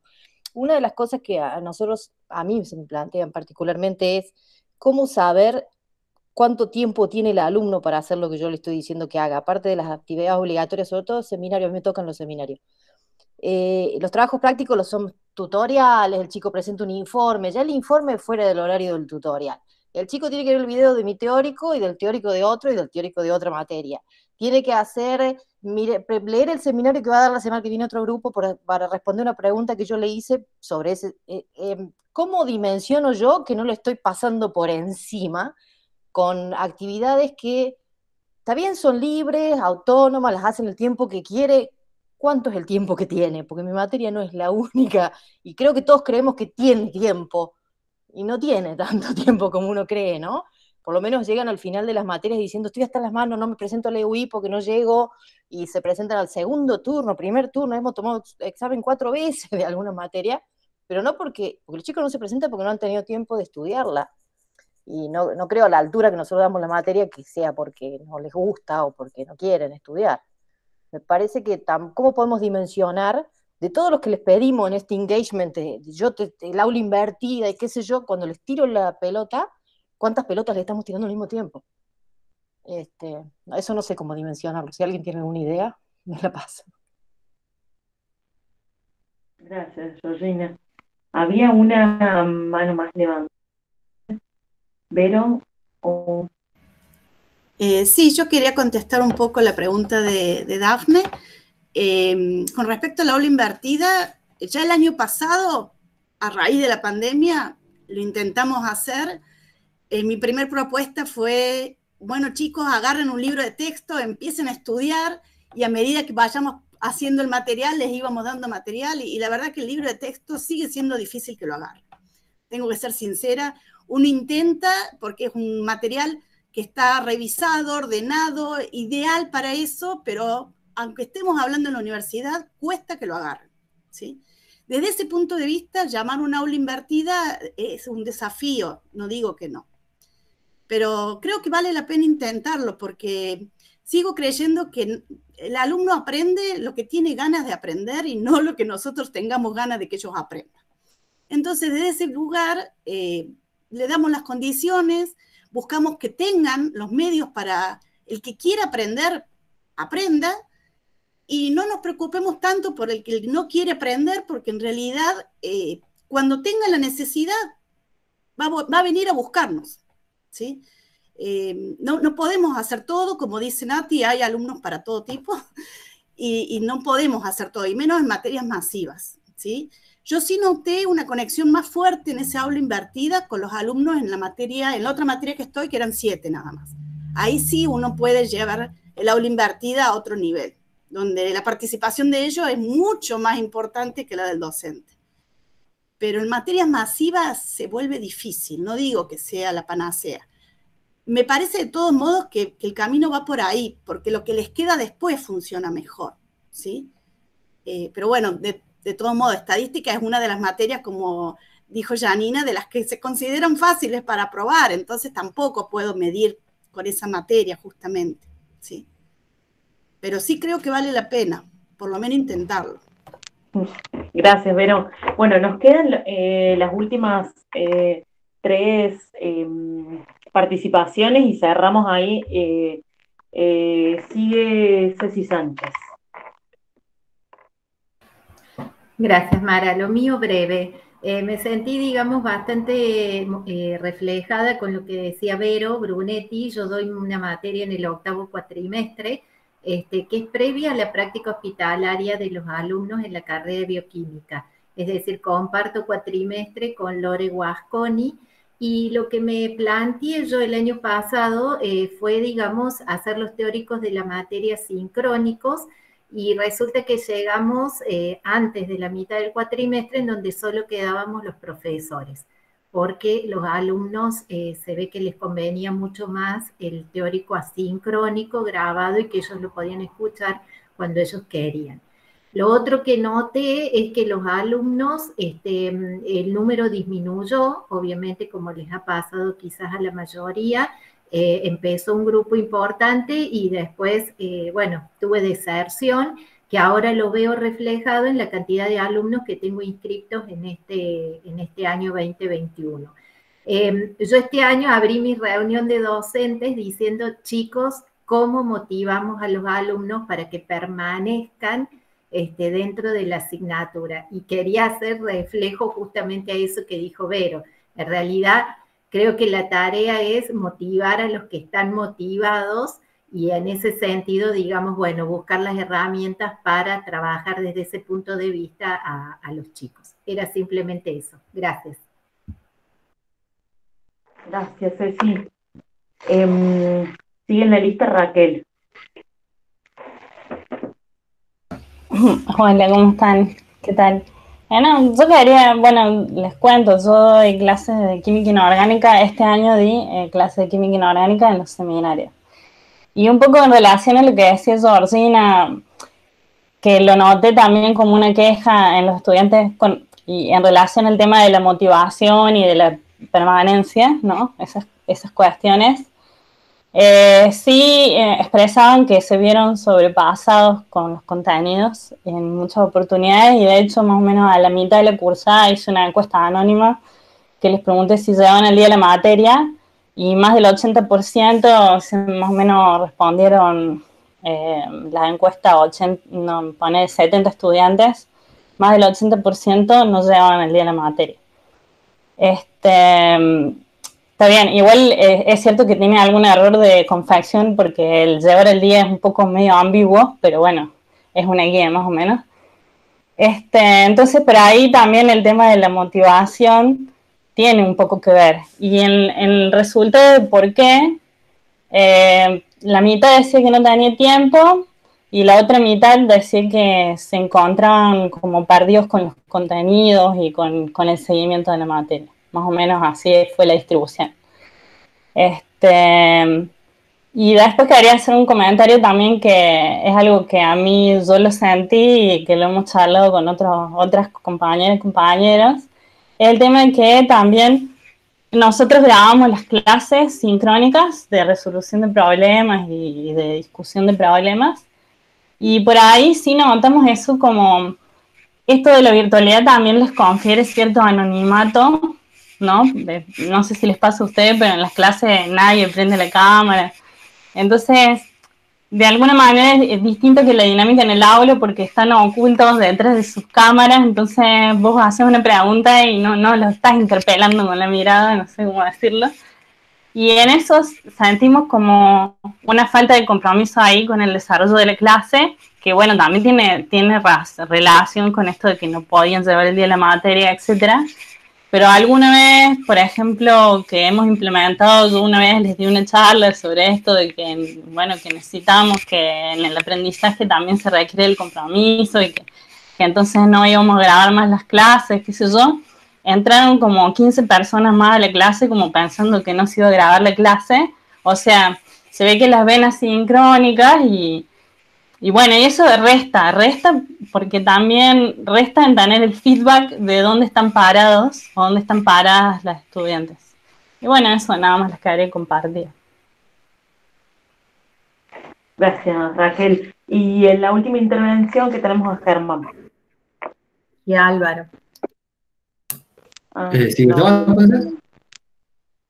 Sí. Bueno, primero responder muy rápido a Dafne, que ni bien dijo esto, empecé a googlear y evidentemente no lo conocía, pero parece una herramienta muy interesante, así que la vamos a tener en cuenta. Muchas gracias por la sugerencia. Después, respecto a lo que decía Georgina, me identifico mucho, me convoca mucho eso. Ha sido un desafío no abrumar, porque uno en la intención de todos los docentes, en la intención de facilitar lo más posible el aprendizaje, por ahí uno abruma de contenido virtual y me parece que son iteraciones, digamos, vamos a tener que estar jugando con eso hasta que demos en la tecla de dónde tiene que ser. Y para saber a dónde converger el sitio de equilibrio ideal, es con las encuestas. O sea, subestimamos mucho el feedback y es fundamental el feedback. O sea, así como los estudiantes no autoperciben, les cuesta decir si están al día de la materia o no, si entienden la materia o no, la misma falla humana en la forma en la que nos diseñaron evolutivamente nos evita predecir si lo que decimos se entiende, si lo que enseñamos del otro lado llegó. Si por ahí uno cree que hizo un trabajo extraordinario, pero si no tiene un feedback, eso que yo creo es mi percepción y ninguna otra. Entonces, sí o sí hay que confiar más en las encuestas, hay que hacerlas más y hay que volverlo algo cotidiano. Esta pandemia nos dejó una capacidad de virtualización y de uso de herramientas virtuales que antes no teníamos y que deberíamos explotar, me parece. Por ejemplo, con las encuestas. Uno puede hacer inclusive cuestionarios en Moodle que sean encuestas, ¿no? Y es muy sencillo, además de hacerlas de Google, puede hacer en Moodle y es muy sencillo.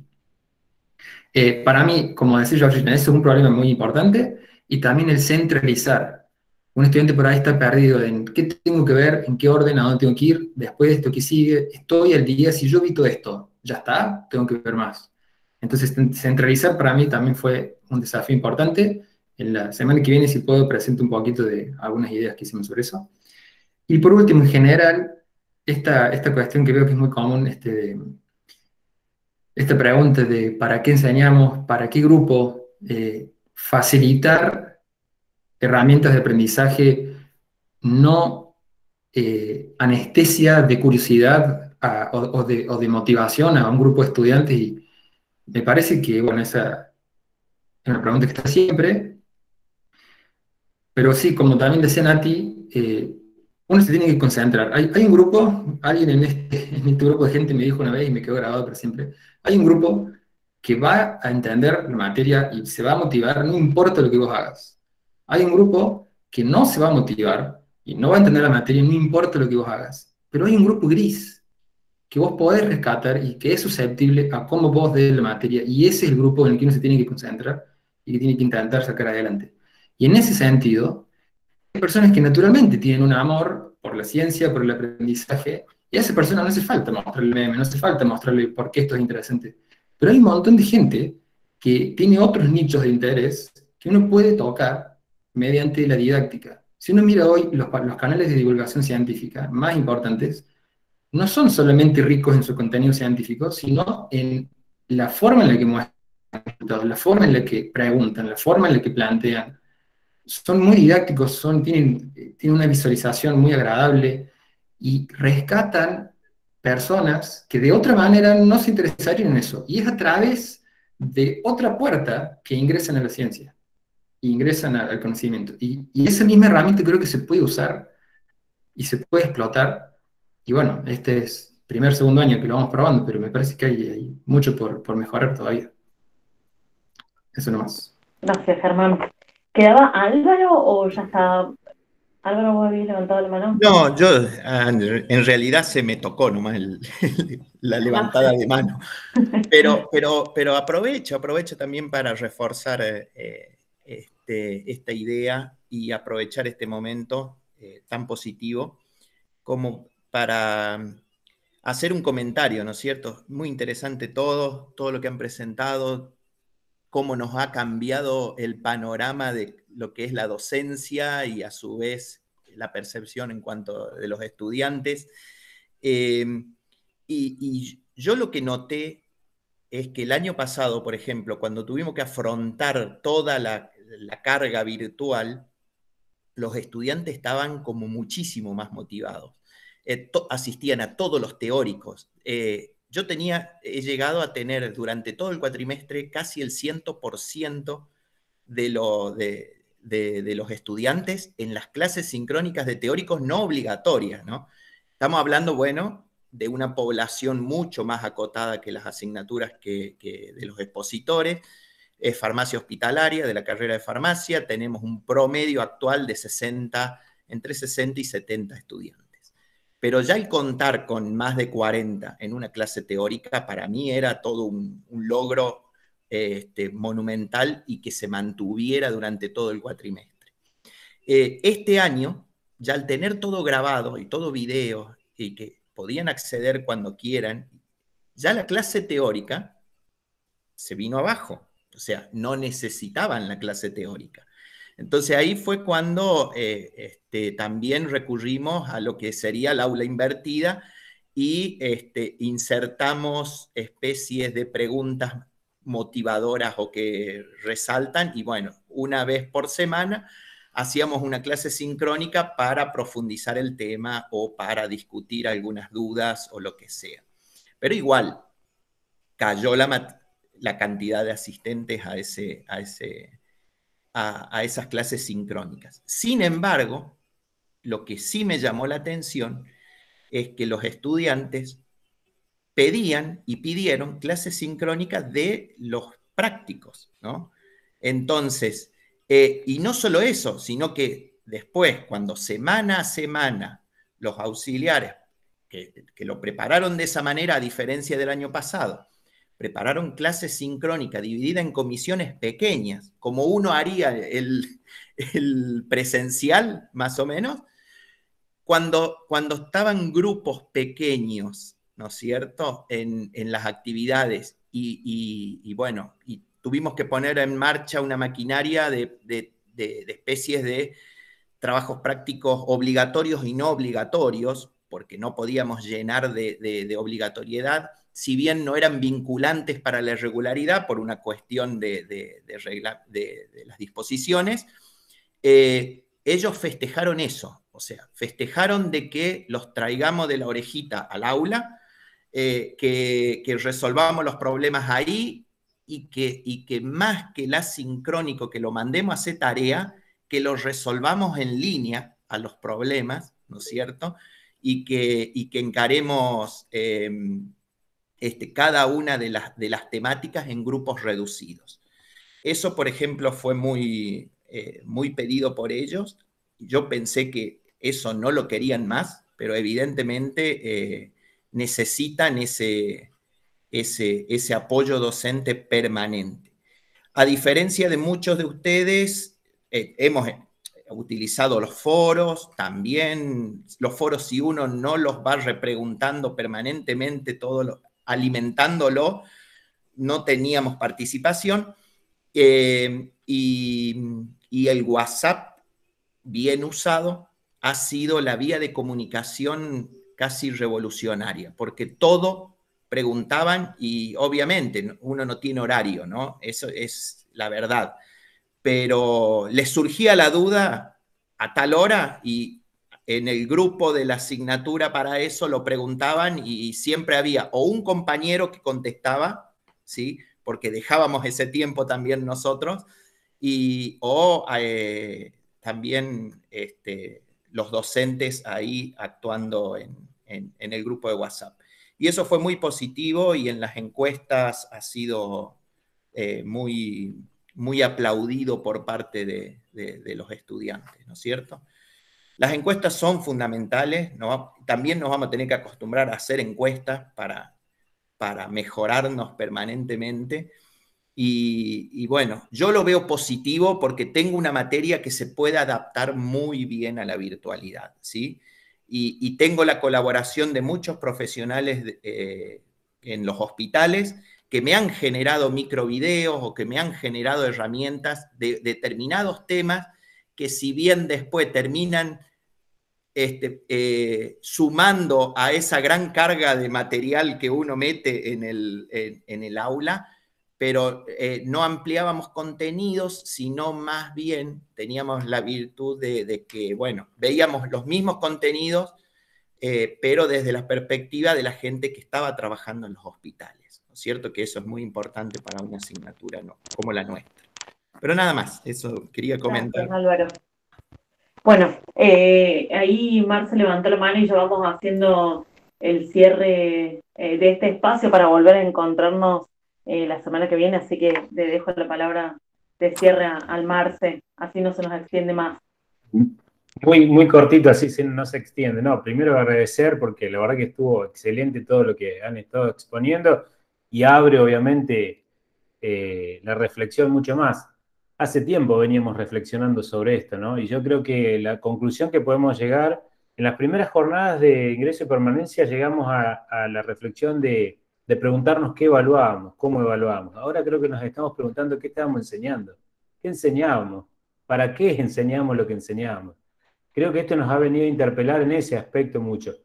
Miren, cortito así, con Germán veníamos hace un tiempo preguntándonos esto, y no, eso que contaba Germán recién, nosotros damos una asignatura de primer año, yo de Física 1, él da Matemática 1. Y en Física 1, Matemática, en las materias de primer año, Laboratorio 1, ya hace un par de años que teníamos una cantidad de alumnos que decíamos, ¿qué sentido tiene tener esta cantidad de estudiantes sentados, tirados en el piso, que salen por la ventana? Y así, o sea, quedaban muchos que no iban, ¿no?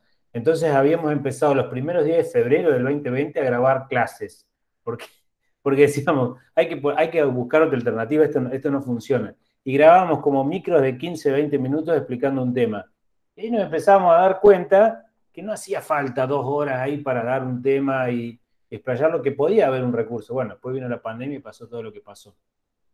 Creo que es genial esto de que podamos, entre el cuerpo docente, reflexionar, digamos, sobre estas cuestiones. Estamos también en un momento histórico, porque la facultad hoy está revisando sus planes de estudio.